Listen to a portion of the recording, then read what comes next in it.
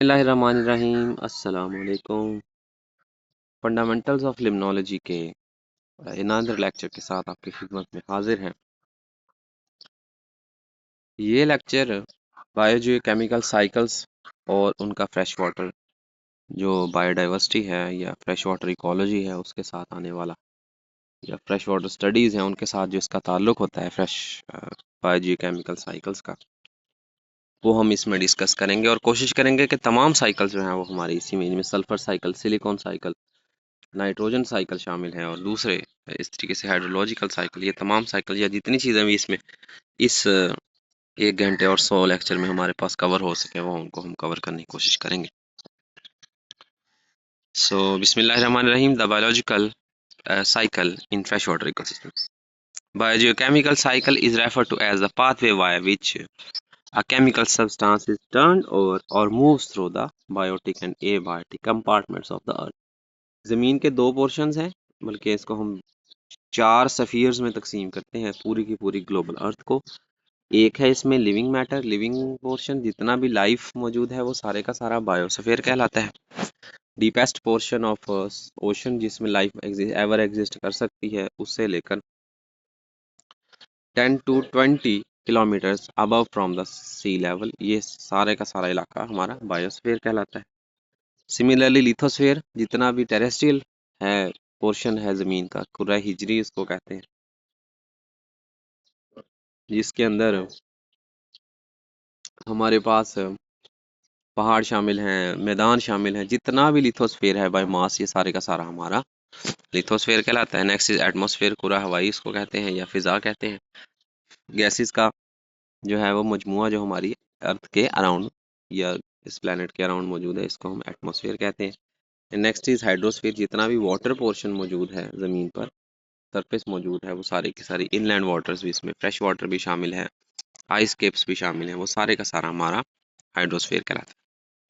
The important biogeochemical cycles are, यहाँ पर important biogeochemical cycle बताए गए हैं जो हम यहाँ पर डिस्कस भी करेंगे, जिनमें बेसिक हमारे पास कैल्शियम साइकिल है, कार्बन साइकिल है, हाइड्रोजन साइकिल है, मरकरी साइकिल है, नाइट्रोजन साइकिल है, oxygen, water, phosphorus, selenium, iron cycle, silica cycle, sulphur cycle as well as rock cycle. तो इन तमाम साइकिल्स में से हम कुछ साइकिल जो हमारे कोर्स का हिस्सा है हम उनको यहाँ पर कवर करेंगे। तमाम को कवर करना 1 घंटे के लेक्चर में भी पॉसिबल नहीं है और वैसे भी हमारी ये टाइम वेस्टेज होगा क्योंकि वो हमारे कोर्स का हिस्सा नहीं है। A few characteristics of cycles are given below. तमाम साइकिल्स जो है उनमें कुछ पॉइंट्स कॉमन हैं, कुछ चीज़ें वो एक दूसरे के साथ शेयर करते हैं। उन तमाम कॉमन पॉइंट्स को यहाँ पर कैरेक्टरिस्टिक्स ऑफ बायोजियोकेमिकल साइकिल्स में हमने मेंशन किया हुआ है। Biological biological chemical plus geological processes को हम मजमूई तौर पर बायोजियोकेमिकल प्रोसेसेस कहते हैं। Energy flows via an ecosystem and is released as heat. However, chemical elements are recycled. Energy जो है वो फ्लो करती है एक अपने सिस्टमेटिक वे से, जैसे वो जो है वो इकोसिस्टम्स में आती है फोटोसिंथेसिस के थ्रू, सोलर रेडिएशन को फिक्स किया जाता है, उसके बाद फिर उन पौधों को जानवर खा लेते हैं, उन जानवरों को दूसरे जानवर खा लेते हैं, फिर वो तमाम जानवर और पौधे मर जाते हैं, तो उन जो हैं बॉडीज़ को, डेड बॉडीज़ को रिसाइकल कर लिया जाता है। लेकिन इन तमाम के अंदर जो न्यूट्रिएंट्स हैं या एलिमेंट्स हैं वो सारे के सारे रिसाइकल होते रहते हैं। एनर्जी जो है वो फ्लो होती रहती है और एलिमेंट्स जो हैं वो रिसाइकल होते रहते हैं। The ways in which an element or compound moves between its numerous biotic and abiotic forms and location in the atmosphere is referred to as biogeochemical cycle। तो एक अगर मजमूई हमने डेफिनेशन बनानी हो तो वो ये डेफिनेशन है जिसके अंदर एलिमेंट्स, कंपाउंड्स अपनी बायोटिक और एबायोटिक फॉर्म्स के अंदर जो इनकी स्टेप बाय स्टेप या ग्रेजुअल मूवमेंट होती है, इस मूवमेंट को हम लोग बायोजियोकेमिकल साइकिल्स कहते हैं। Precisely it can be defined as, एक और डेफिनेशन हम इसकी लेंगे, precisely it can be defined as movement of nutrients as well as other elements between living and non living components of the ecosystem. एक ecosystem के जिंदा और यानी कि जानदार और बेजान कंपोनेंट्स के दरमियान एलिमेंट्स और न्यूट्रिएंट्स का जो है वो फ्लो या उनकी मूवमेंट को, साइक्लिक मूवमेंट को हम लोग बायोजियोकेमिकल साइकिल कहते हैं। एक और इम्पॉर्टेंट चीज़ यहाँ पर हमें जो है वो रखनी पड़ेगी under consideration, sun is the primary source of energy on earth. तो सन जो है वो हर साइकिल का तकरीबन हिस्सा रहेगा ही, क्योंकि वो source of energy primary source. Life on earth comprises a great variety of living organisms. जिंदगी है जमीन पर कई किस्म की वैरायटी ऑफ लाइफ पर मुश्तमिल है। These living organisms occur and survive in a diversity of associations। ये कई रवाबित के थ्रू, कई एसोसिएशंस के थ्रू, कई लिंक्स के थ्रू एक दूसरे से वाबस्ता लाइफ्स हैं। ये खुद कफील जिंदगी कोई भी नहीं है, सारे एक दूसरे पर डिपेंडेंट हैं। Such survival encompasses the presence of systematic flows such as flow of energy, water as well as nutrients। तो यही जो डिपेंडेंस है, यही जो रिलायबिलिटी है ऑन ईच अदर है, रिलेटेबिलिटी है, कंपैटिबिलिटी है या कोऑपरेशन है, ये डिमांड करती है फ्लो ऑफ एनर्जी की, वाटर की और न्यूट्रिएंट्स की। और इन्हीं फ्लोज की रिजल्टेंटली ये जो साइकिल है या ये जो चक्कर है ये ज़मीन पर पॉसिबल हो पाते हैं। The balance of the chemical elements is preserved by a cyclic movement through the tissues of plants and animals. Animals और प्लांट्स के जो टिश्यूज हैं उनके अंदर साइक्लिक मूवमेंट के जरिए इस चीज़ को या इस फ्लो को इंश्योर किया जाता है। The cycles begin by absorbing the chemical elements by the organisms. हमेशा साइकिल शुरू हम वहाँ से करेंगे जहाँ से ये एलिमेंट्स हैं, न्यूट्रिएंट्स हैं या कंपाउंड्स हैं, वो एनिमल्स उनको गेट करेंगे। चाहे पौधे हैं उनको इस्तेमाल कर रहे हैं, जैसे वाटर है वो पौधे इस्तेमाल कर रहे हैं, या मिनरल्स हैं वो पौधे इस्तेमाल कर रहे हैं, या कोई और चीज़ है जिसको भी कोई जानवर कंज्यूम करेंगे, वहाँ से जो है वो हमें साइकिल को हमेशा स्टार्ट करें and is return to the atmosphere. और हमेशा साइकिल एंड होगा एटमॉस्फेयर पर, और एटमॉस्फेयर से दोबारा ये चीज़ें स्टार्ट हो जाएंगी। हाइड्रोस्फेयर और लिथोस्फेयर वाया डिकम्पोजिशन, किसी भी थ्रू में जो है वो डिकम्पोजिशन पे ये रिएक्शन कंप्लीट हो जाएंगे। These cycles are mainly energized by solar insolation. जो सूरज की रोशनी है यही इनको पावर फराहम करती, पावर हाउस होता है। यहाँ पर जो है वो दिखाया गया है कि ये हीट है, हीट के बाइस जो है वो हीट प्राइमरी सोर्स के तौर पर आ रही है, जो एक्स्ट्रा हीट होती है इस सरफेस से रिलीज बैक हो रही है। और लाइफ फॉर्म्स जो हैं उनमें कंज्यूमर्स शामिल हैं, डिकम्पोजर शामिल हैं, इनऑर्गेनिक न्यूट्रिएंट पूल शामिल है और प्रोड्यूसर शामिल। ये है जी बायोजियोकेमिकल्स का basic concept. Types of biogeochemical cycle. The gaseous cycle. In gaseous cycle the main reservoir of nutrient is either the atmosphere और द हाइड्रोस्फेयर। अब जो गैसियस साइकिल होते हैं उनमें या तो रिजर्वायर एटमॉस्फेयर होता है या वो हाइड्रोस्फेयर, यानी कि या तो ओशन से, ओशन रेजरवायर की तरह सबसे बड़े सोर्स के तौर पर रहेगा, या फिर एटमॉस्फेयर। फॉर इंस्टेंस मिसाल के तौर पर nitrogen, oxygen, carbon and water cycle, ये तमाम गैसीय साइकिल हैं क्योंकि इनका रेजरवायर एटमॉस्फेयर या ओशन है। 2.8 जो है ये डिपिक्टिंग अ गैसियस साइकिल, जिसको हम ऑक्सीजन साइकिल कहते हैं, ऑपरेटिंग इन एटमॉस्फेयर, जो कि एटमॉस्फेयर के अंदर हो। अच्छा, इस रिएक्शन को हम स्टार्ट करेंगे। अब ये देखें, ऑक्सीजन एयर के अंदर मौजूद है, O2 मोलेकुलर ऑक्सीजन जो है ये 21% के करीब, 20.9% के करीब ऑक्सीजन हमारे एटमॉस्फेयर के अंदर मौजूद होती है। यही ऑक्सीजन जो है इसको जानदार इस्तेमाल करते हैं, जानवर भी कंज्यूम करते हैं, पौधे भी कंज्यूम करते हैं, और इसको रेस्पिरेशन प्रोसेस के लिए या break down of glucose into simple compounds and release of energy के लिए कंज्यूम किया जाता है। इसके साथ साथ जो एनिमल वेस्ट डिकम्पोजिशन होती है, उस डिकम्पोजिशन प्रोसेस के अंदर भी एनिमल वेस्ट है या डेड एनिमल्स हैं, इन तमाम की डिकम्पोजिशन के रिजल्ट के तौर पर भी ऑक्सीजन कंज्यूम होते हैं। इसके साथ साथ रेस्पिरेशन के जरिए कार्बन डाइऑक्साइड, डिकम्पोजिशन के जरिए भी कार्बन डाइऑक्साइड जो है वो, और carbon stored in plant tissues जो होते हैं वो भी कार्बन डाइऑक्साइड रिलीज करते हैं। ये तमाम की तमाम कार्बन डाइऑक्साइड जो है वो हवा में शामिल हो जाती है। प्लांट इसी कार्बन डाइऑक्साइड को कंज्यूम करते हैं, ऑक्सीजन डिवेल्प करके उस ऑक्सीजन को वापस एयर में, एटमॉस्फेयर में शामिल कर देते हैं। तो ये एक सिंपल सा साइकिल था जिसके 2 या 3 स्टेप्स थे, जिनमें हमने देखा कि और एनिमल्स और प्लांट्स तमाम अपने रेस्पिरेशन प्रोसेस के लिए, most of them respiration reaction process के लिए ऑक्सीजन को कंज्यूम करेंगे, कार्बन डाइऑक्साइड को रिलीज करेंगे। फिर वही कार्बन डाइऑक्साइड भी 0.03 टू 0.04% इन द एटमॉस्फेयर मौजूद है। इतनी ज़्यादा मिकदार में जो गैस मौजूद है उसका भी बेसिक कंपोनेंट डबल ऑक्सीजन है, यानी कि ये ट्राइएटॉमिक मॉलिक्यूल है जिसके अंदर कार्बन दरमियान में और 2 ऑक्सीजन उसके साथ मौजूद होते हैं। तो ये भी ऑक्सीजन का ही एक जो है वो कंपाउंड है, और ये कंपाउंड जो है ये एनिमल्स इसको, प्लांट्स इसको कंज्यूम करेंगे, कन्वर्ट करेंगे, रिड्यूस करेंगे इनटू ग्लूकोज, और वो फिर दोबारा से साइकिल में शामिल हो जाए और ऑक्सीजन रिलीज करेंगे जो कि एटमॉस्फेयर में भेज दी जाएगी।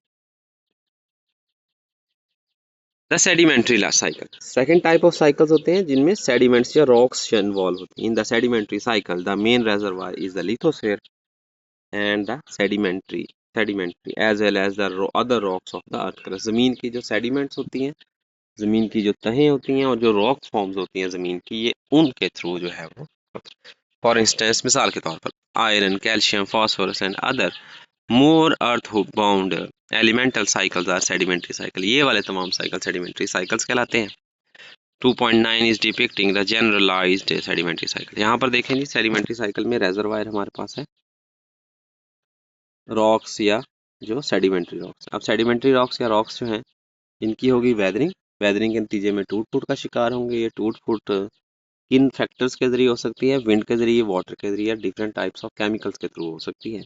ये वेदरिंग सॉइल फॉर्मेशन में, सॉइल जो है वो बायोलॉजिकल एक्टिविटीज के अंदर प्लांट्स को कंज्यूम करेंगे, अल्गल ब्लूम्स बनेंगे और फिर यही सॉइल जो है ये सेडिमेंट्स के अंदर कन्वर्ट हो जाएगा और यही सेडिमेंट्स दोबारा से रेजर्वायर का काम करेंगे। इसी के साथ साथ मेटेओराइट्स शाब साकिब ज़मीन के एटमॉस्फेयर के अंदर से गुजरते हैं। तो ये शाब साकिब जिस वक्त ज़मीन तक पहुंचते हैं तो वो भी रॉक्स की सूरत में होते हैं और यही रॉक्स जो है उनको ट्रांसपोर्टेशन के जरिए डिपोजिशन और वेदरिंग के थ्रू सॉइल में कन्वर्ट कर लिया जाता है। तो ये साइकिल कुछ इस तरीके से चलता है। इसमें कहीं ना कहीं जो है वो हमारी रॉक मौजूद होती है। Input of nutrients addition to the ecosystem. सबसे पहला कंपोनेंट है जी rock weathering. Essential nutrients added to the ecosystem by this process. जो रॉक वेदरिंग के जरिए जो मेन एलिमेंट्स या इकोसिस्टम में शामिल होते हैं न्यूट्रिएंट्स, उनमें calcium, magnesium, potassium, sodium, silicon, iron, aluminium और फास्फोरस शामिल है। Atmospheric input. Atmosphere adds nutrients to the ecosystem via a number of biological process, जिनमें कार्बन जो है वो फोटोसिंथेसिस में एब्जॉर्ब होती है, रेस्पिरेशन के नतीजे में CO2 डेवलप होती है। तो ये प्रोसेसेस जो है, sodium and potassium deposited via precipitation, तो बारिश के जरिए ये जमीन का हिस्सा बना दिया है। Biological nitrogen fixation. This process is majorly for the fixation of nitrogen and is carried out by a number of organisms like several species of bacteria, a few actinomycetes and blue green algae। तो ये जानदार जो है ये हवा के अंदर nitrogen को, यानी कि जो मॉलिक्यूलर नाइट्रोजन है उसको nitrogen rich oxygen rich nitrogen compounds nitrates और नाइट्राइट्स में तब्दील कर NO2 NO3 में तब्दील कर देते हैं और यही N2O NO3 और NO2 जो है ये फिर बाद में इस्तेमाल हो जाते हैं ऐसा in form of fertiliser. Immigration, migration and subsequent death of the organism can add significant nutrients to the ecosystem। अब जानदार मर गया है तो उसके मरने से जितने भी उसके अंदर वो ज़ाहिर है उसकी बॉडी मैक्रोमोलिक्यूल्स पर मुश्तमिल है, बायोलॉजिकल कंपोनेंट्स पर मुश्तमिल है, वही कंपोनेंट्स जो हैं वो। So next portion is the output of nutrients या लॉस फ्रॉम द इकोसिस्टम। अब न्यूट्रिएंट्स ऐड किन किन प्रोसेस के जरिए होते हैं वो हम बात कर चुके। अब न्यूट्रिएंट्स इकोसिस्टम से रिलीज बैक कैसे होंगे वो हम लोग जो है वो देखेंगे। इनमें सबसे पहला प्रोसेस है इरोजन। जो सेडिमेंट्री साइकिल्स होते हैं, सेडिमेंट्री साइकिल्स के अंदर सॉइल इरोजन जो है ये एक मेजर कंपोनेंट होता है, जिसके जरिए टॉप सॉइल के अंदर मौजूद रिच जितने भी कंपोनेंट्स होते हैं या न्यूट्रिएंट्स होते हैं या एलिमेंट्स होते हैं वो सारे के सारे लॉस्ट हो जाते हैं। Next is the leaching. Leaching occurs when water flows vertically through the soil transports nutrients in solution downward in the soil profile. तो ये ऊपर वाली सरफेस से जो न्यूट्रिएंट्स हैं ये पानी के अंदर हल होकर ज़मीन की निचली तहों के अंदर पहुंच जाएं तो इसको लीचिंग प्रोसेस कहते हैं। This process can lead to loss of essential nutrients, जो न्यूट्रिएंट्स के लॉस का बाइस बन सकते हैं। Next is the gaseous loss. Gaseous loss of nutrients can occur when specific environmental conditions promote the export of nutrients in a gaseous form। जिस वक्त nutrients की स्पेसिफिक टाइप जो है इसको गैसियस फॉर्म के अंदर जो है वो ट्रांसपोर्ट किया जाता है from one place to another, इसको हम लोग गैसियस लॉस कहते हैं। जैसे डीनाइट्रिफिकेशन होता है ना, जैसे हमने नाइट्रोजन फिक्सेशन देखा, अब डीनाइट्रिफिकेशन क्या होता है? किसी भी ज़मीन के अंदर अगर नाइट्रेट्स या नाइट्राइट्स की बहुत ज़्यादा मिकदार हो जाए तो वो भी हेल्पफुल नहीं होगी, प्लांट ग्रोथ के लिए वो अवेलेबल नहीं होंगे। तो जितने भी एक्सेसिव या एक्स्ट्रा नाइट्रेट्स और nitrites, nitrogen oxygen rich compounds होंगे, इनको फिर ब्रेक डाउन कर दिया जाएगा और मॉलिक्यूलर नाइट्रोजन को वापस ऑक्सीजन हवा के अंदर जो है वो रिलीज बैक कर दिया जाएगा। तो ये गैसियस लॉस कहलाता है। Immigration and harvesting. Immigration of animals and the removal of vegetation can lead to huge loss of nutrients. जैसे हार्वेस्टिंग हो जाती है, किसी जगह पर मौजूद जो फसल होती है वो फसल काट ली जाए तो ये कटाव फसल का जो है वो लॉस ऑफ न्यूट्रिएंट्स का बाइस बनता है। यहाँ पर ये टेबल के अंदर भी दिखाया गया है। विंड है, डस्ट है जी, ये यूफोटिक जोन है और इस तरीके से वाटर के अंदर जो है वो मॉलिक्यूल्स मूव कर रहे हैं एक्वाटिक इकोसिस्टम के अंदर। टाइप्स है न्यूट्रिएंट फ्लो इन इकोसिस्टम। तो अब न्यूट्रिएंट फ्लो भी जो है वो कई तरह के, दो तरह के बेसिक सिस्टम्स होते हैं, क्लोज सिस्टम्स और open system. In the close system chemicals and elements used in the ecosystem are recycled instead of being lost. तो इन केस में अगर क्लोज सिस्टम होगा तो जितने भी न्यूट्रिएंट्स हैं वो मुख्तलिफ स्टेप्स के अंदर वो मूव करेंगे रादर देन लॉस्ट होंगे। वो जो है वो एक साइक्लिक प्रोसेस के जरिए चलेंगे, जिनमें जो है वो chemicals elements use in elements are ecosystem are recycled instead of being lost. ज़ाया होने के बजाय वो उसी एक इकोसिस्टम के साइकिल के अंदर बार बार चलते रहेंगे।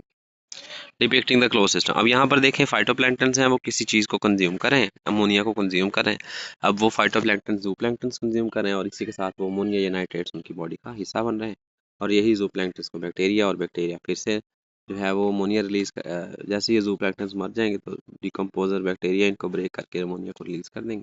यही अमोनिया दोबारा से साइकिल का हिस्सा बन जाएगी। तो यहाँ से किसी किस्म का लॉस नहीं होता। ओपन सिस्टम में, in the open system chemicals और elements tend to flow in and out of the system. तो सिस्टम से इन और आउट होते रहते हैं। Depicts open type of flow in the ecosystem, जिसमें ओपन टाइप ऑफ फ्लो को मेंशन किया गया है। पहला साइकिल जो हम यहाँ पर स्टडी करेंगे that is silicon cycle in fresh water ecosystem. Silicon is known as the second most abundant element on the earth crust, 27 by weight. वजन के लिहाज से तकरीबन 27% होता है ये अर्थ क्रस्ट के अंदर सेकंड मोस्ट अबंडेंट एलिमेंट है, एक्सीडेड ओनली बाय ऑक्सीजन। सबसे पहला कौन सा है? ऑक्सीजन। सबसे ज़्यादा ऑक्सीजन, सेकंड नंबर पे silicon.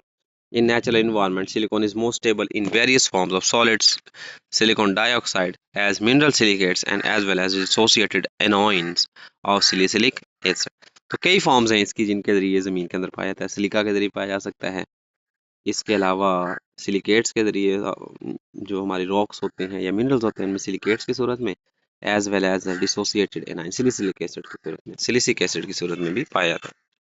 Silica forms a skeleton structure of numerous aquatic phytoplanktons like diatoms, radiolarians, as well as the spicules or sponges। तो कई किस्म के स्ट्रक्चर्स बॉडी एनिमल्स और प्लांट्स की बॉडी स्ट्रक्चर्स बनाने में भी अपना किरदार अदा करते हैं। Silica controls primary production in aquatic system as well as its cycling is controlled by interplay between biological and physiochemical processes. तो सिलिका जो है वो प्राइमरी प्रोडक्शन को कंट्रोल करता है क्योंकि ये फाइटोप्लैंक्टन्स की ज़िंदगी का या उनकी बॉडी स्ट्रक्चर्स का मेजर किरदार अदा करता है। तो जिसकी वजह से तो ये एक इम्पॉर्टेंट जो है वो कंपोनेंट बन जाता है। Hence silica enters into the aquatic environments by weathering of rock forming silicate minerals by acidic dissolution। तो किस थ्रू ये अपने साइकिल में एंटर होता है? ये एसिडिक वेदरिंग के जरिए, डिसोल्यूशन के जरिए ये एक्वाटिक रेजर्वायर्स का हिस्सा बनता है। Biological uptake of silica by organisms depletes the surface water with respect to silica. अब जानदार जो है वो सिलिका को इस्तेमाल कर लेते हैं पानी सरफेस के अंदर। When these planktonic organism die, जैसे ये जानदार मर जाते हैं, their silica skeleton sinks and start dissolving. इनके जो सिलिका बेस्ड बॉडीज होते हैं ये सारे के सारे पानी के अंदर डूब जाते हैं, तह के अंदर पहुंच जाते हैं और वहां पर डिसॉल्व होके डिसइंटीग्रेट हो जाते हैं। Diatoms are present extensively in fresh water system. Diatoms जो है ये फ्रेश वाटर सिस्टम में बहुत ज़्यादा मौजूद होते हैं। They are enclose in skeleton made up of silica having two perforated valves. इनके दो हिस्से होते हैं इसीलिए इनको डायटम्स कहते हैं। Thus dissolution of biogenic silica in aquatic system happens when diatom skeleton or skeleton composed of silica is exposed to under saturated water। या under saturated water में ये पहुंचता है तो वहां पर इनकी डेसोल्यूशन स्टार्ट हुई। The rate of dissolution depends upon aquatic factors. कई फैक्टर्स पर डिपेंड करता है जिनमें टेम्परेचर, पीएच वगैरह शामिल है। Further several microbial species can significantly increase the rate of dissolution of biogenic silica by releasing enzyme. कई माइक्रोबियल स्पीसीज जो हैं वो भी डिसोल्यूशन या डिसोल्यूशन या डिकम्पोजिशन में या डिसइंटीग्रेशन में अपना किरदार अदा करते हैं, जिनके अंदर सबसे ज़रूरी फैक्टर जो हैं वो सबसे ज़रूरी जो चीज़ें होती हैं वो हमारे पास है एंजाइम रिलीजिंग है और इसके अलावा बाकी the destruction and degradation as well as solubilization of mineral silicates is highly influenced by microbial activity। सबसे ज़रूरी जो चीज़, सबसे इसेंशियल जो पॉइंट होता है वो माइक्रोबियल एक्टिविटी होती है जो इस मामले को कंट्रोल करता है। Biofilms of free living microbes like algae, lichens, fungi, prokaryotes living on the or within prokaryotes। तो ये बायोफिल्म्स जो हैं फ्री लिविंग माइक्रोब्स की, algae, lichens, fungi, prokaryotes वगैरह की उसमें किरदार अदा करते हैं। living on and within influence the rate at which as well as mechanism of physical and chemical weathering of siliceous rocks. The amount of dissolved silica present in aquatic system controls the composition and abundance of plankton and diatoms. जितनी silica available होगी या mineral silicates available होंगे उतने ज़्यादा diatoms जो हैं वो उस वाटर बॉडी के अंदर मौजूद होंगे। तो किसी भी फ्रेश वाटर बॉडी के अंदर अगर डायटम्स की कंसंट्रेशन देखनी हो, कंसंट्रेशन का एस्टिमेट लगाना हो, तो सिर्फ उसके सिलिकेट्स का आइडिया लगा लें, आपको अंदाज़ा हो जाएगा कि कितनी टाइप ऑफ, कितनी अमाउंट ऑफ, कितनी वैल्यू ऑफ डायटम्स इस फ्रेश वाटर बॉडी में मौजूद होंगे। तो ये एक छोटा सा साइकिल दिखाया गया है, सिलिकॉन साइकिल। सिलिकॉन साइकिल में हम यहाँ पर देखते हैं कि रेन जो है उसकी केमिकल बायोकेमिकल वेदिंग के जरिए रॉक्स जो हैं उनमें मौजूद सिलिकॉन को ये डिसॉल्व कर लेता है वाटर, और वाटर बॉडी में शामिल हो जाते हैं। जैसे वाटर बॉडी में पहुँचता है तो ये डिसॉल्व सिलिकेट्स, सिलिका जो है वो बायोलॉजिकल फिक्सेशन के जरिए बॉडीज का हिस्सा बन जाता है। डायटम्स डायटम्स मरते हैं, उनकी डिपोजिशन होती है, डिपोजिशन के बाद वो डिसोल्यूशन या डिकम्पोजिशन के नतीजे में सिलिकेट्स दोबारा से वाटर बॉडी में अवेलेबल हो जाते हैं और मजीद डायटम्स की बॉडी बनाने में जो है वो अपना रोल प्ले करती है। इसके अलावा silicon from pesticides and fertilisers वगैरह जो हम लोग प्लांट्स को फराहम करते हैं, इनसे भी जितनी लीच आउट या रन ऑफ होती है वो सारे का सारा दोबारा से वाटर बॉडीज का हिस्सा बन जाता है और ये साइकिल चलता चला जाता है। Iron cycle and fresh water. Second cycle हमारे पास आयरन साइकिल है। Iron is essential micronutrients for almost every life form present on earth. जमीन पर मौजूद तमाम जो लाइफ फॉर्म्स हैं उनके लिए जो है वो आयरन आयरन इंतहाई इंपॉर्टेंट चीज़ है। It is a crucial constituents of haemoglobin. जितने भी जानदारों में ब्लड मौजूद होता है, अगर वो रेड ब्लड है तो उसमें जो हीमोग्लोबिन होता है वो सारे का सारा आयरन बेस्ड होता है। Vital to nitrogen fixation as well as nitrogenase energy enzyme families. तो ये आयरन जो है वो कई nitrogen fixation as well as nitrogenation के जो रिएक्शंस होते हैं उन एंजाइम फैमिलीज का ये मेन लीच होता है, लिगेंड होता है, जिसके इर्द गिर्द पूरे का पूरा मॉलिक्यूल स्ट्रक्चर डेवलप होता है। It facilitates the process of electron transport in chloroplast. Chloroplast के अंदर जो इलेक्ट्रॉन ट्रांसपोर्ट होता है उसमें भी अपना किरदार अदा करते हैं यूकैरियोटिक माइटोकॉन्ड्रिया और बैक्टीरिया वगैरह के अंदर। Due to the high reactivity of iron with oxygen and low solubility of iron.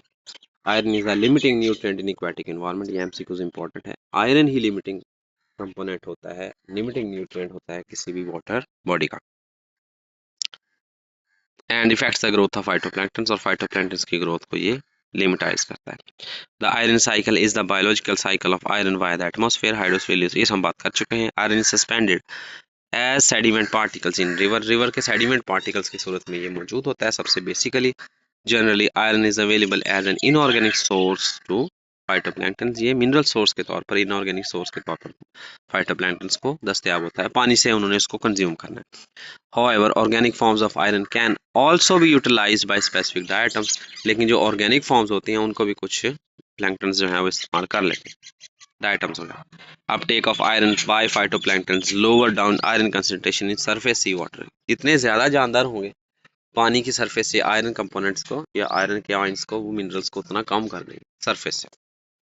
Remineralization happens when the sinking phytoplanktons are degraded by zooplankton as well as bacteria। अब जितने भी phytoplankton खत्म हो जाएंगे, अब जो बेंथोस के अंदर मौजूद बैक्टीरिया और जूप्लैंक्टन्स होते हैं वो इन्हीं डेड और डिकेइंग ऑर्गेनिज्म फाइटोप्लैंक्टन को इस्तेमाल कर लेते हैं, और उनके इस्तेमाल के नतीजे में यही आयरन जो है ये दोबारा से पानी में शामिल रीमिनरलाइज्ड हो जाता है। Iron chiefly is present in particulate phases as ferric ion, and the dissolved iron fraction is removed out of the water column by coagulation। तो ये कई प्रोसेस के जरिए जो पानी के अंदर मौजूद आयरन आयंस होते हैं या आयरन के कंपाउंड्स होते हैं उनको कंज्यूम कर लिया जाता है। The iron cycle influences other cycles like nitrogen, phosphorus as well as sulfur cycle। Soluble iron can act as electron donor. तो इलेक्ट्रॉन डोनर के तौर पर काम कर सकता है, जिसकी वजह से दूसरी चीज़ों को रिड्यूस करने की एबिलिटी रखता है, जिनमें O2 और NO3 शामिल हैं। बिकम ऑक्सीडाइज्ड टू Fe3, और ये Fe3 के अंदर तब्दील हो जाता है। The oxidised form of iron can then act as the electron acceptor for reduce sulphur. तो जिस वक्त इसमें इलेक्ट्रॉन जो है वो एक और एक्स्ट्रा इलेक्ट्रॉन ऐड हो जाता है, तो अब ये इलेक्ट्रॉन एक्सेप्टर का काम करता है। कई दूसरे मिनरल्स और एलिमेंट्स के लिए, कंपाउंड्स के लिए, जैसे सल्फर है, हाइड्रोजन, मॉलिक्यूलर हाइड्रोजन है, या carbon compounds. This return the iron to the oxidise Fe state. जैसे ही वो रिडक्शन कर देगा तो खुद वो ऑक्सीडाइज हो जाएगा, रिड्यूसिंग एजेंट के तौर पर काम करेगा। तो ये मामला चलता चला जाएगा।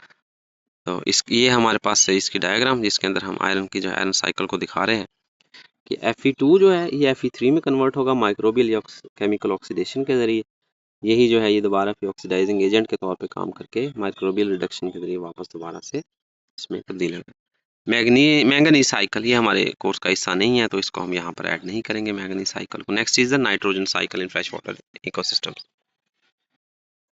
Nitrogen is vital for several processes and crucial for life on earth. जमीन के ऊपर जिंदगी के लिए इंतहाई जरूरी है। The nitrogen cycle is the biogeochemical cycle by which, ये वो साइकिल है जिसके अंदर nitrogen is converted into multiple chemical forms as it circulates among atmosphere, hydrosphere and lithosphere. जैसे ये एटमॉस्फेयर, हाइड्रोस्फीयर, लिथोस्फीयर के अंदर मूव करता है तो उसको कई कंपोनेंट्स है, कई कंपार्टमेंट्स में, कई कंपाउंड्स में तब्दील कर दिया जाता है, जो कि इसके स्टेबल कंपाउंड्स होते हैं, और ये उनके थ्रू दोबारा से N2 में तब्दील हो जाता है। Nitrogen cycling in aquatic ecosystem can be divided into 5 phases.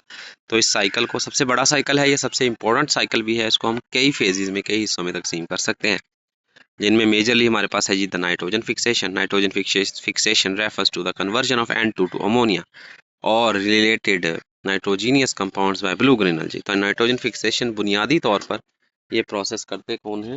Nitrogen fixing bacteria करते हैं, like Anabaena, Nostoc, Azolla etc। In this process, इस अमल में nitrogen undergoes a set of changes in which, कई सारे जो है वो रिएक्शंस से गुजरता है, in which 2 nitrogen atoms get separated and combine with hydrogen to form ammonia. अब यहाँ पर याद रखिएगा कि जो नाइट्रोजन है वो ट्रिपल कोवलेंट बॉन्ड बनाता है, और ये होमोजीनियस कंपाउंड होता है, होमोजीनियस मॉलिक्यूल होता है, एक ही तरह के होमोटॉमिक मॉलिक्यूल होता है, एक ही तरह के दोनों एटम्स इसमें मौजूद होते हैं। तो अब एक ही तरह के एटम्स हों तो वो आमतौर पर बहुत कम रिएक्टिविटी जाहिर करते हैं। फिर ट्रिपल कोवलेंट बॉन्ड है, ट्रिपल कोवलेंट बॉन्ड है, एक लोन पेयर भी इनके पास मौजूद है, जिसकी वजह से ये मॉलिक्यूल ऑलरेडी बहुत ज़्यादा स्टेबल है। तो बहुत सारे रिएक्शंस होंगे या बहुत हैवी रिएक्शंस होंगे, जिनके नतीजे में पहले जो ट्राई ट्रिपल कोवलेंट बॉन्ड है वो टूटेगा, और उसके बाद ये मजीद हाइड्रोजन के साथ रिएक्ट करके अमोनिया में तब्दील हो जाएंगे। Next is nitrification. Nitrifying bacteria known as the chemoautotrophs are responsible for carrying out the process of nitrification. ये वो बैक्टीरिया होते हैं जो नाइट्रिफिकेशन का अमल करने में रिस्पॉन्सिबल होते हैं। The term nitrification refers to the conversion of ammonium to nitrate. ये वो रिएक्शन होता है, ये वो कंपाउंड्स होते हैं, ये वो केमिकल रिएक्शन है जिसमें अमोनिया को नाइट्रेट में तब्दील। अब बहुत सारे ऐसे ऑर्गेनिजम्स हैं, स्पेशली फ्रेश वाटर के अंदर, जैसे फाइटोप्लैंक्टन्स वगैरह हैं, वो मॉलिक्यूलर नाइट्रोजन को तो N2 को इस्तेमाल नहीं कर पाते, लेकिन वो अमोनिया को कन्वर्ट कर लेते हैं, अमोनिया को कंज्यूम कर लेते हैं। लेकिन टेरेस्ट्रियल लाइफ के अंदर अगर हम बात करें तो यहाँ पर मौजूद मोस्ट ऑफ द जो प्लांट्स हैं वो अमोनिया को इस्तेमाल नहीं कर पाते हैं, इसलिए अमोनिया को कन्वर्ट करना पड़ता है into more stable and more easily consumable, more easily dissolvable compound, जैसे नाइट्रेट्स या नाइट्राइट्स के अंदर। The term nitrification refers to a conversion of ammonia into ammonium to nitrate. इसमें कई स्टेप्स होते हैं। पहला step, it's carried out by Nitromonas species. पहला प्रोसेस जो है वो नाइट्रोमोनास स्पीसीज करती हैं, where second step is carried out by nitrobacters. पहला है नाइट्रोमोनास और दूसरे नाइट्रोबैक्टर और नाइट्रोस्पाइरा स्पीसीज या नाइट्रोस्पाइरा species. Both steps reactions use NH4 plus and NO2 minus as an energy source, whereas CO2 as carbon source। तो ammonia में क्योंकि NH2CO होता है, इसका NH2 twice CO होता है इसका फार्मूला, तो इसके लिए कार्बन सोर्स के तौर पर CO2 कंज्यूम की जाती है, जबकि NO2 और NH प्लस जो है ये एनर्जी सोर्स के तौर पर यूज होते हैं। This is a non photosynthetic type of growth. Non photosynthetic type of growth है क्योंकि यहाँ पर सनलाइट रिक्वायर्ड नहीं होती है। NH3 and NH4 are both either assimilated by aquatic plants for growth or nitrified to NO3। अब NH3 और NH4 दोनों को जो है वो एक्वाटिक प्लांट्स अपनी ग्रोथ के लिए NO2 के अंदर तब्दील कर लेते हैं। Nitrates can also be used as a growth substrate. Nitrates को भी ग्रोथ सबस्ट्रेट या सप्लीमेंट के तौर पर इस्तेमाल किया जा सकता है। It is a 2 step process. दो स्टेप्स का प्रोसेस है। पहले स्टेप के अंदर NH4 प्लस 1.5 O2, इस ये जो है ये कन्वर्ट हो जाता है NO2 के अंदर प्लस 2H प्लस H2O के अंदर, जबकि NO2 माइनस जो है इसमें हाफ हम O2 ऐड करेंगे तो NO3 के अंदर तब्दील हो जाएगा। These oxygen driven reactions work best at pH। इसके लिए मखसूस pH चाहिए होती है जो कि 7 to 8 हो सकती है, और स्पेसिफिक टेम्परेचर चाहिए जो कि 25 से 30 डिग्री सेल्सियस हो सकता है। हाउएवर अंडर लो डिजॉल्व्ड ऑक्सीजन कंडीशन, अगर ऑक्सीजन कम होगी टर्न्स इन रिवर्स डायरेक्शन, तो ये उल्ट हो जाता है, यानी कि वहाँ पर NH4 दोबारा से डेवलप हो जाते हैं। It occurs in the hypolimnion under eutrophic condition, तो जो बेंथोस रीजन होता है उसके अंदर ये वाला रिएक्शन रिवर्स भी हो सकता है। Third phase is the assimilation. Plants take in the nitrogen compounds which are available in the form of ammonia. Plants जो है वो नाइट्रोजन कंपाउंड्स को इस्तेमाल कर लेते हैं अमोनिया की सूरत में, नाइट्रेट्स की सूरत में, नाइट्राइट आयन की सूरत में, या अमोनियम आयन की सूरत में, and are use in the formation of the plant as well as animal protein. तो ये प्लांट और एनिमल प्रोटीन बनाने में किरदार अदा करते हैं। बाय दिस वे, इस तरीके से it इंटर्स the food web when the primary consumers eat the plants. इस तरीके से फूड वेब में शामिल हो जाते हैं जैसे प्लांट्स जो है उनको प्राइमरी कंज्यूमर या हर्बीवोर्स कंज्यूम कर लेते हैं। Fourth process the ammonification. When plants और animals die, जैसे plants और animal मर जाते हैं, the nitrogen present in the organic matter is released। तो यही नाइट्रोजन जो ऑर्गेनिक मैटर में मौजूद होती है ये रिलीज होके सॉइल के अंदर शामिल हो जाती है। द डिकम्पोजर्स नेमली बैक्टीरिया और fungi present in the soil. Decomposer बुनियादी तौर पर बैक्टीरिया और फंजाई जो सॉइल में शामिल होते हैं, मौजूद होते हैं, convert the organic matter into ammonia. तो जितना भी ऑर्गेनिक मैटर होता है, अब जाहिर है ऑर्गेनिक मैटर में मुराद प्रोटीन्स होती हैं या दूसरे कंपोनेंट्स हैं दूसरे बायोलॉजिकल मॉलिक्यूल्स हैं जिनके अंदर नाइट्रोजन पाई जाती है, तो ये सारी की सारी जो है वो तब्दील कर ली जाती है अमोनिया के अंदर, which is further use for other biological processes. इसी अमोनिया को फिर दूसरे प्रोसेसेस के अंदर इस्तेमाल कर लिया जाता है। डी नाइट्रीफाइंग, अब ये वो है जो मैं पहले बयान कर चुका हूँ। By this process NO3 in the water is converted into atmospheric N2 molecular N2 के अंदर तब्दील कर दिया जाता है नाइट्रिक ऑक्साइड और nitrous oxide. This must occur under anaerobic conditions. इसके लिए रिक्वायरमेंट ये है कि वहाँ पर पानी नहीं होना चाहिए, ऑक्सीजन नहीं होनी चाहिए। Anaerobic respiration, this process carried out by bacteria like Pseudomonas, Alcaligenes and the Bacillus species. तो ये तीन स्पीसीज जो हैं ये होनी चाहिए जो कन्वर्ट कर सकती हैं NO3 को N2 के अंदर।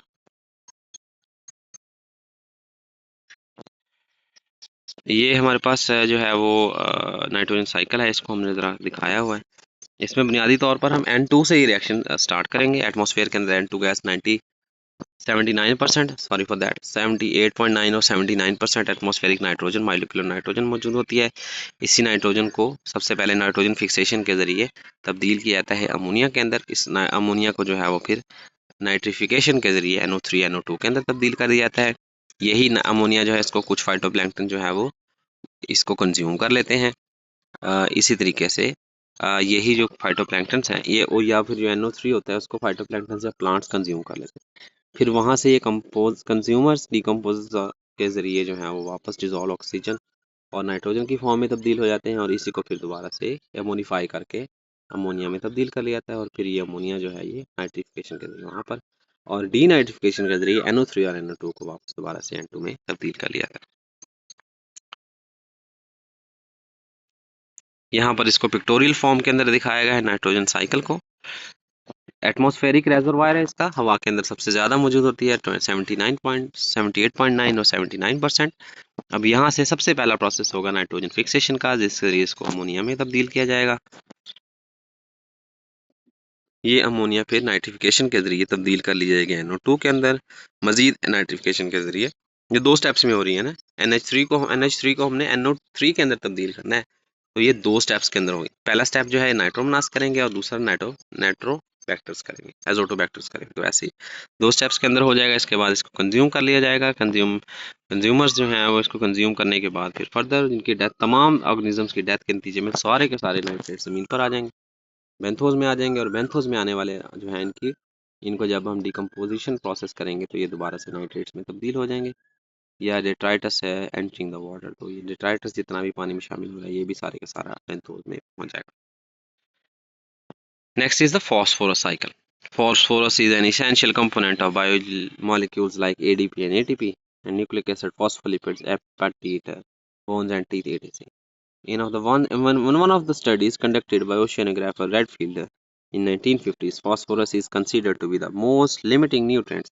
अब एक स्टडी के मुताबिक फास्फोरस जो है वो होता है, और बहुत सारे के मुताबिक जो है वो, और हम सिलिकॉन जो देखा था हमने, मैंगनीज जो है वो आयरन होता है, आयरन या फास्फोरस दोनों में से।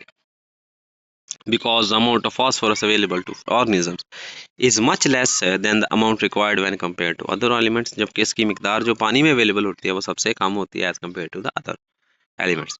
In freshwater, phosphorus is often 80,000 less concentrated than the amount required by the phytoplankton. 80,000 गुना वो जो है उसकी कंसंट्रेशन कम होती है जितनी फाइटोप्लैंक्टन को फॉस्फोरस रिक्वायर्ड होती है। Forms and measurements of phosphorus, total phosphorus जो होती है इसको हम डीआईपी डीओपी प्लस पीपी में तब्दील करते हैं।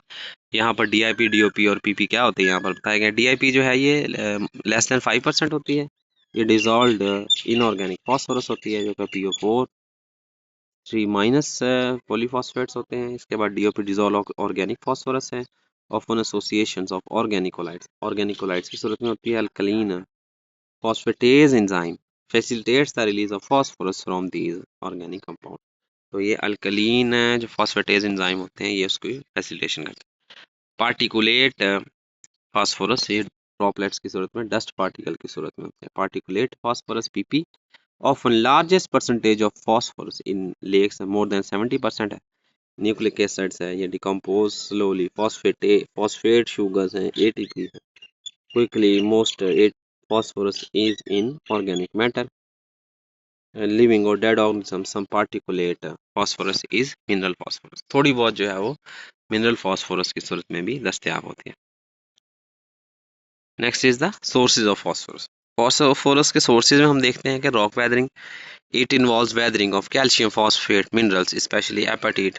अब बोन्स वगैरह के अंदर या जो होती हैं कंपाउंड्स होते हैं फास्फोरस के, यून फॉर्म के अंदर मौजूद होता है। वे however it is a slow process and happens over a period of time, बहुत वक्त दरकार होता है फिर जाके ये प्रोसेस का मुकम्मल होता है। Phosphorus is mostly stored in marine deep ocean sediments. Mode of entry of phosphorus to aquatic system में हमारे पास 3 सिस्टम्स हैं जी। पहला है जी प्रेसिपिटेशन, बारिश के या डस्ट पार्टिकल के साथ ये ज़मीन तक या पानी तक आ जाते हैं। Next is the ground water, phosphorus absorb to soil particles, पानी के अंदर डिजॉल्व हो जाते हैं और ये जैसे ही पानी पंप आउट किया जाता है ये ग्राउंड वाटर टेबल जमीन पर आती है तो वहां पर उसमें फॉस्फोरस आ जाता है। Third is the surface run of, ये सरफेस में मौजूद मिनरल्स होते हैं वो पानी में डिजॉल्व होकर पानी के साथ ही मूव कर जाते हैं। स्टेप्स ऑफ फॉस्फोरस साइकिल, अगर फॉस्फोरस साइकिल के स्टेप्स की बात करें तो entry of phosphorus into aquatic systems, phosphorus can enter either inside aquatic system by with different modes as described, जिनको यहाँ पर बयान किया गया, ऊपर बयान किया गया। Absorption by plants, the phosphate ions salts dissolved in water are absorbed by the plants, इनको plants absorb कर लेते हैं। The aquatic plants absorb inorganic phosphorus from lower layers of water body, lower layers of the water body, since phosphate salts do not dissolve in water properly, क्योंकि ये पानी में सही तरीके से हल नहीं होते। They affect plant growth in aquatic ecosystem, जिसकी वजह से प्लांट ग्रोथ को बड़े बुरे तरीके से, बड़े ज़बरदस्त तरीके से इफेक्ट करते हैं। Absorption by animals, the animals absorb phosphorus from the plants और by consuming plant eating animals.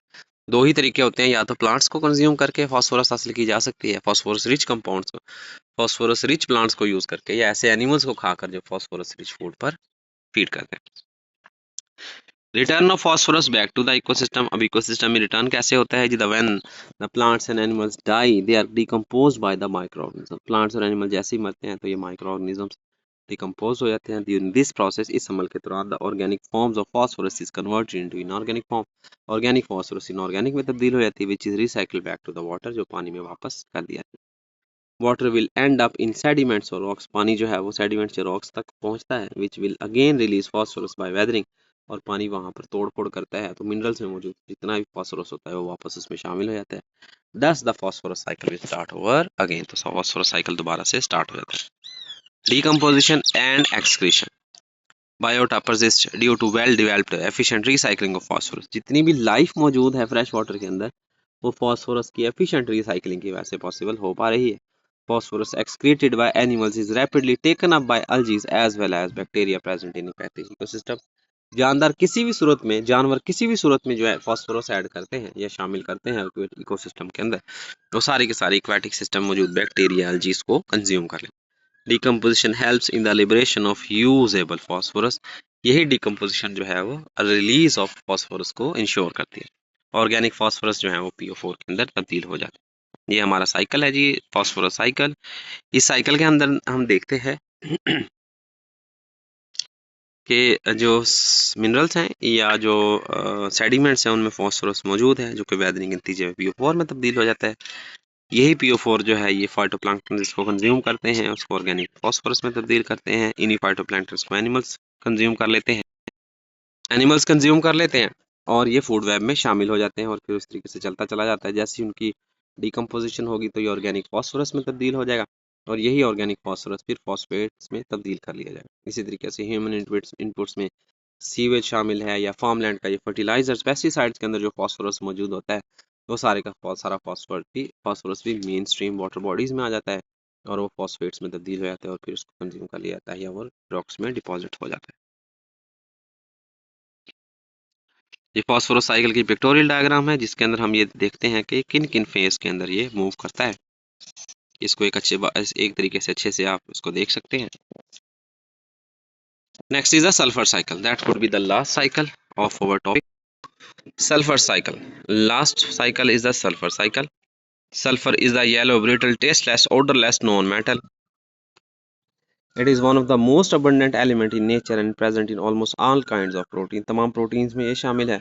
Sulfur is released into the atmosphere. हवा में ये शामिल हो जाता है कई तरीकों से जिनमें burning of fossil fuels, volcanic activity, decomposition of organic molecules वगैरह शामिल है। On land, sulfur is stored in underground rocks and minerals. It is released by कई तरीकों के जरिए इनको रिलीज किया जा सकता है जिनमें प्रेसिपिटेशन, वेदरिंग ऑफ रॉक्स और जियोथर्मल वेंट शामिल है। There occurs a continuous loss of sulfur from terrestrial ecosystems as some of it drains into lakes as well as the streams and eventually into the oceans as runoffs. तो ये कई methods हैं, कई steps हैं जिनके जरिए sulphur जो है वो continuous loss होता रहता है। There are several natural sources like volcanic eruption, evaporation of water and breakdown of organic molecule matters in swamps. तो ये इन तरीकों के जरिए that release sulfur directly into the atmosphere. ये सारी की सारी सल्फर एटमोसफेयर में शामिल हो जाती है। This sulphur falls on earth with rainfall, ये सारे का सारा सल्फर जमीन पर बारिश के साथ आ जाता है। ये डायग्राम जो है ये सल्फर साइकिल को डिपिक्ट कर रही है। अच्छा, इसके अंदर हम देखते हैं हवा के अंदर जितनी भी मौजूद सल्फर जाती है वो सारी की सारी सल्फर रेन के साथ जमीन पानी के अंदर पहुंच जाती है। Sulphates in the surface water, ये सारे के सारे सल्फेट्स को प्लांट्स जो हैं ये अपटेक कर लेते हैं या प्लैंक्टन्स अपटेक कर लेते हैं। सल्फाइड्स जो हैं ये सरफेस वाटर से इवेपोरेशन के जरिए एटमॉस्फेयर में शामिल होते हैं, बारिश के जरिए ज़मीन पर आ जाते हैं। इसके साथ साथ क्या होता है, केनाल डिस्चार्ज के जरिए सल्फेट्स पहुंच जाते हैं। यही सल्फेट्स जो हैं ये कई ज़मीन के अंदर जो ग्राउंड वाटर जो है ये क्या करता है, ये नीचे से शामिल कर लेता है रॉक्स के अंदर मौजूद सल्फेट्स को और ये सल्फेट्स बहुत ज़्यादा मिकदार में यहाँ पर पहुंच जाते हैं। Sulphur cycle is described below, इसको अगर स्टेप बाय स्टेप प्रोसेस में हम देखें, sulphur is release by geochemical and meteorological process like the weathering of rock. कई सारे अवामिल हैं जिनके जरिए सल्फर शामिल होता है, जिनमें जियोकेमिकल और मेट्रोलॉजिकल प्रोसेस जैसे वेदरिंग ऑफ रॉक शामिल है। When the release sulphur comes in contact with air, जैसे ये हवा जो है उसके कांटेक्ट में आता है, it gets converted into sulphate, sulphate में तब्दील हो जाता है। These sulfates are taken up by the plants as well as microorganisms and are converted into organic form. इसको तब्दील कर लिया जाता है ऑर्गेनिक फॉर्म के अंदर। Animals acquire these organic forms of sulfur from their food. Animals जो है इस ऑर्गेनिक फॉर्म सल्फर को अपनी फूड के जरिए हासिल करते हैं। वो एनिमल हो सकते हैं, वो प्राइमरी कंज्यूमर्स हर्बीवोर्स हो सकते हैं, उनके थ्रू ये सल्फर उनकी बॉडी में पहुंच जाता है। Death and decomposition of the plants lead to release of some of the sulfur while some enter the tissue of the microbes. जो डेथ और डिकम्पोजिशन एनिमल्स की है यही वो रिलीज ऑफ सल्फर के जरिए बाकी जो है वो माइक्रोब्स के टिश्यू का हिस्सा बन जाता है। सल्फर साइकिल के स्टेप्स में फॉलोइंग इंपॉर्टेंट साइकिल स्टेप्स हैं। सबसे पहले decomposition of organic compounds. Sulphate is one of the major ion in lake water, lake water सबसे बड़ा आइन है under anaerobic conditions in which bacteria persist in the oxidation of biological matter. ये biological matter की जो है वो oxidation में अपना किरदार अदा करता है। Hydrogen sulphide is produce, hydrogen sulphide develop हो जाता है। Further hydrogen sulphide reacts when anoxic situations happen, जब ऑक्सीजन डिप्लीट हो जाती है तब ये जो है वो हाइड्रोजन सल्फाइड डेवलप होता है। The deep water just above the sediment and the water is sufficiently acidic to precipitate in iron present.